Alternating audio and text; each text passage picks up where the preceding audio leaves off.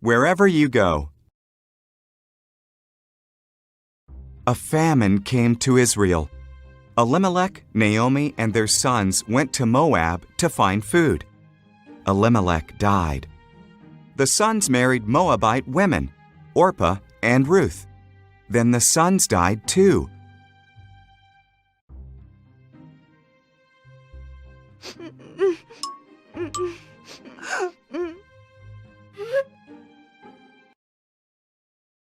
The three women had no husbands.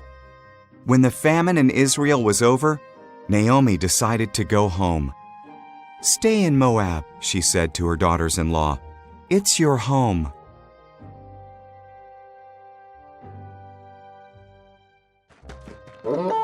Huh?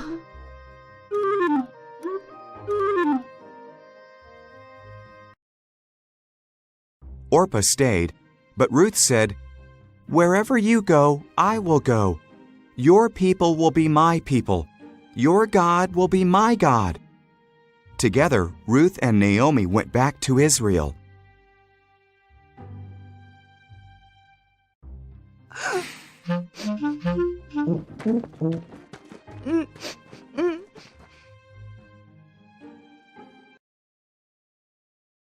It was harvest time in Israel. Naomi told Ruth to gather the bits of grain left behind in a field. The field belonged to Boaz, Elimelech's relative. Boaz approached Ruth. Huh?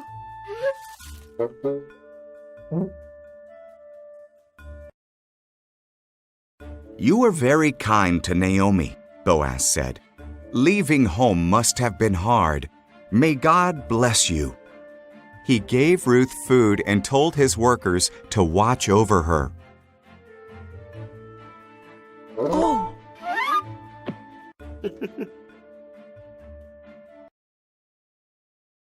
Ruth told Naomi what happened.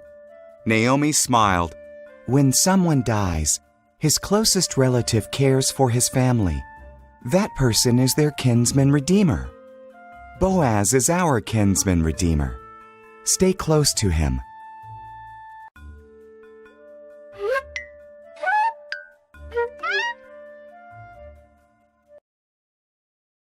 So Ruth stayed close to Boaz. He liked her more each day. Boaz bought Elimelech's land and took care of Naomi and Ruth. Then he asked Ruth to marry him.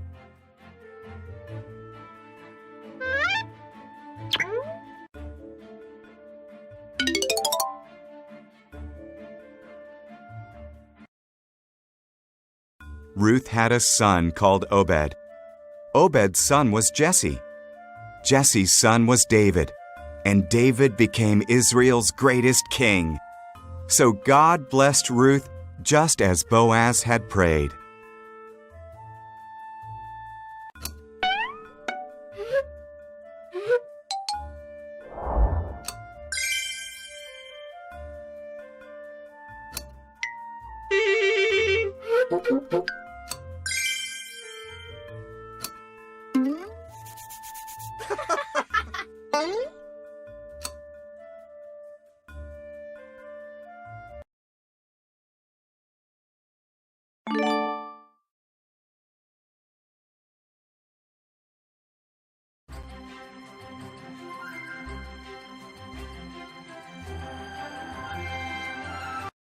A voice in the night. Hannah was sad because she had no children. She prayed, and God gave her a son, Samuel. She was very grateful, so she gave Samuel to God to serve him.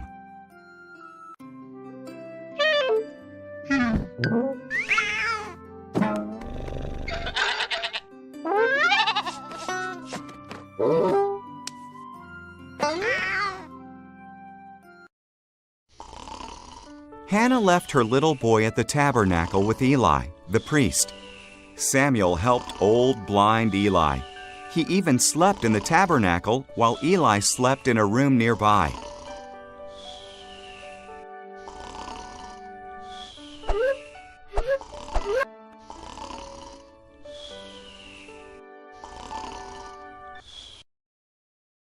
One night, Samuel heard someone call his name.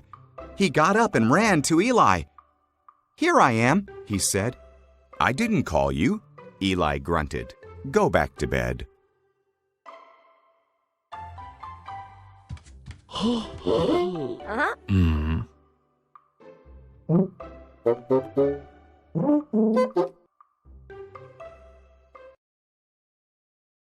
Samuel crept back to bed. He heard his name again. Samuel ran back to Eli. "Here I am," he said. "I didn't call you," Eli sighed sleepily. "Go back to bed."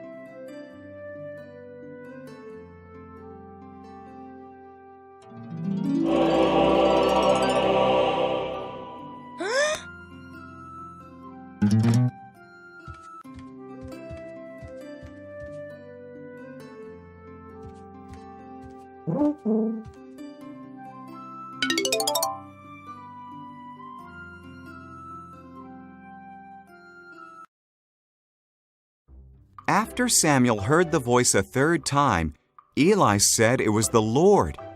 "If he calls again," said Eli, "say, 'Speak, Lord, your servant is listening.'" So Samuel did.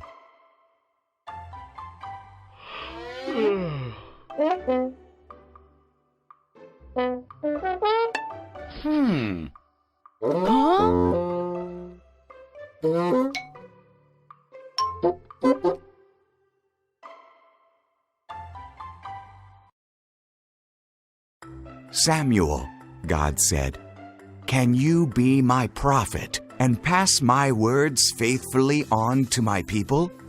"I can," said Samuel. And he did, until he was an old man.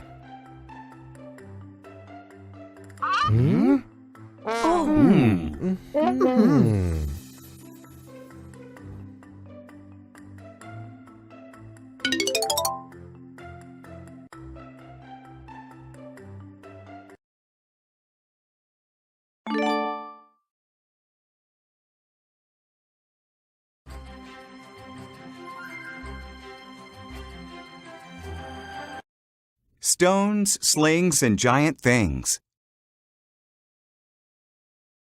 Israel's first king was named Saul. King Saul did not obey God. So God said to Samuel the prophet, "Find a man named Jesse. One of his sons will be the new king."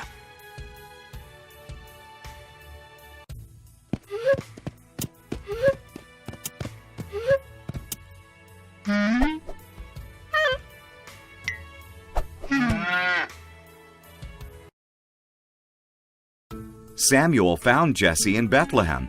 He looked at 7 of Jesse's sons. They looked handsome and strong. "Not them," God said. "I don't care about looks. I care about what's in a person's heart."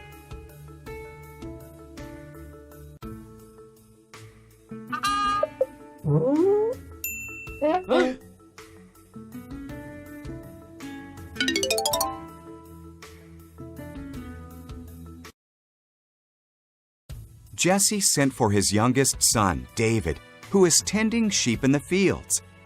Samuel saw him, and God said, "He is the one."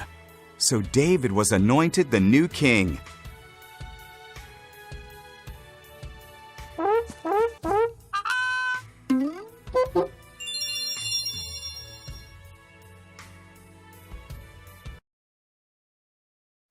Sometime later, Israel fought the Philistines. A giant Philistine soldier called Goliath challenged the Israelites to send a champion to fight him. But the Israelites were all too afraid.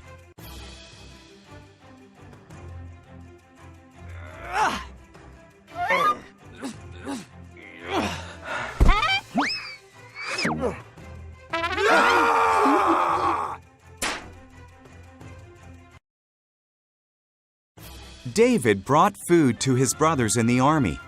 He heard Goliath's challenge and was not afraid.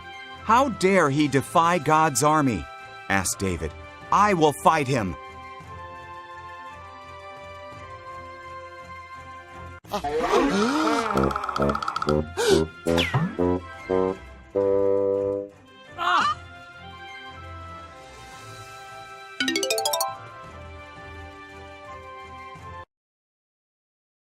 Surprised, King Saul offered David his armor. "No," said David. "God help me kill wild beasts. He will help me against Goliath too." David took 5 stones and a sling.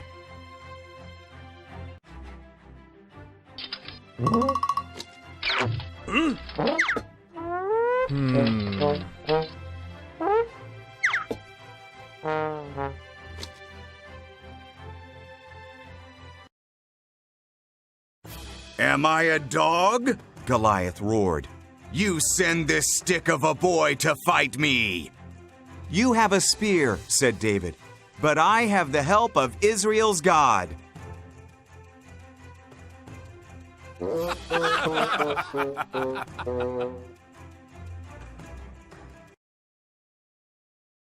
David put a stone into the sling and threw it. It struck Goliath's forehead and knocked him down. The Israelites defeated the Philistines. With God's help, David was a hero.